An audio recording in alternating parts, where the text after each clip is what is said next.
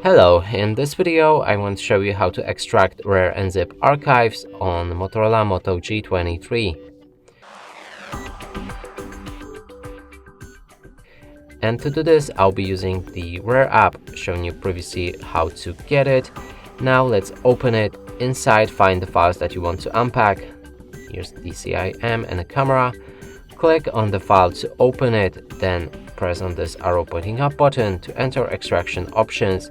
You can change any of the options if you want. I'm going to leave it as a default.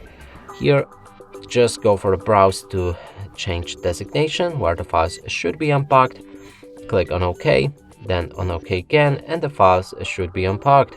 And that's it for this video. Hope you like it. Please consider subscribing to our channel, leave a like and a comment below.